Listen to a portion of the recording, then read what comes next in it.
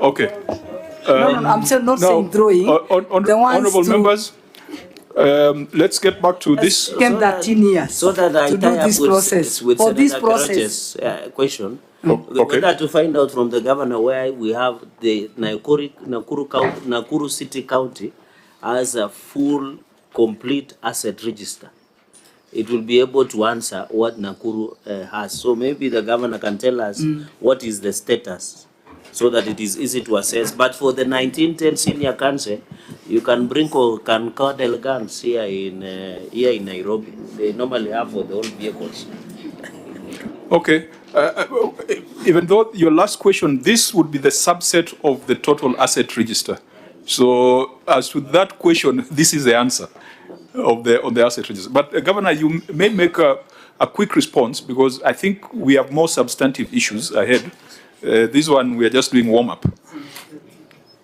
It's okay, Chair. I will hand over to Mr. Mogoi as far as the specifics of the registry.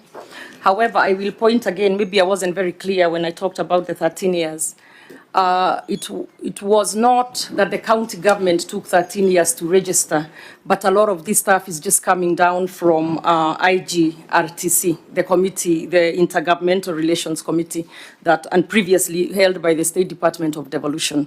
So as counties, we are just now getting this pushed over or pushed down to us, and now we are doing what we need to do by keeping the full registers. So Mr. Mogoi, you may proceed with the answer.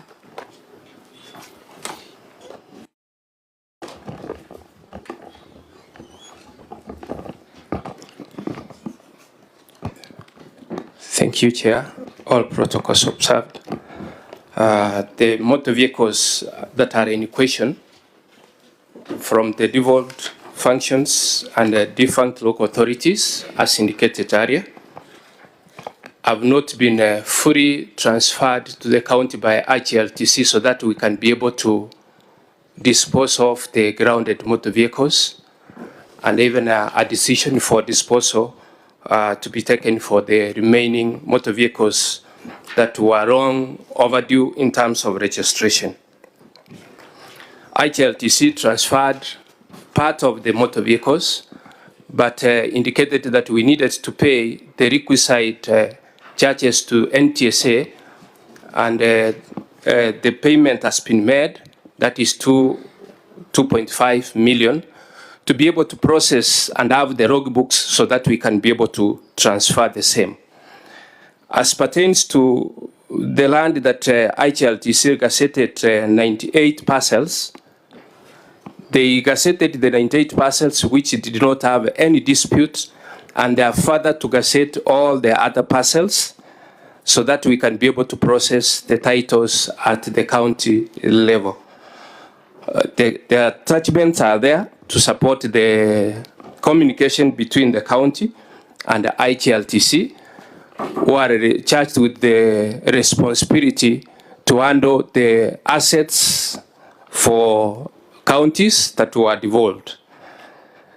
About the status and location of the vehicles, the summary of the list that is given is a summarized list, but the register indicates the entire register is able to locate everything as per the location of the motor vehicles. This is a summarized fashion that has been shared to be able to support the argument, but a detailed register is available for the same. Well, I think that's not a very useful explanation. When you come to the Senate, you come with the full details. You can't come with a redacted version and say that there's another version somewhere. Honorable members, I wanted to propose that we ask the Auditor General to go back on this particular query. We mark it as unresolved and ask the Auditor General to look at other dimensions on the number of vehicles that are unserviceable, the issue of insurance, the other issue that one member raised where those vehicles of 1910 are being used on fuel registers. They're drawing fuel from petrol stations. We have seen it in other counties.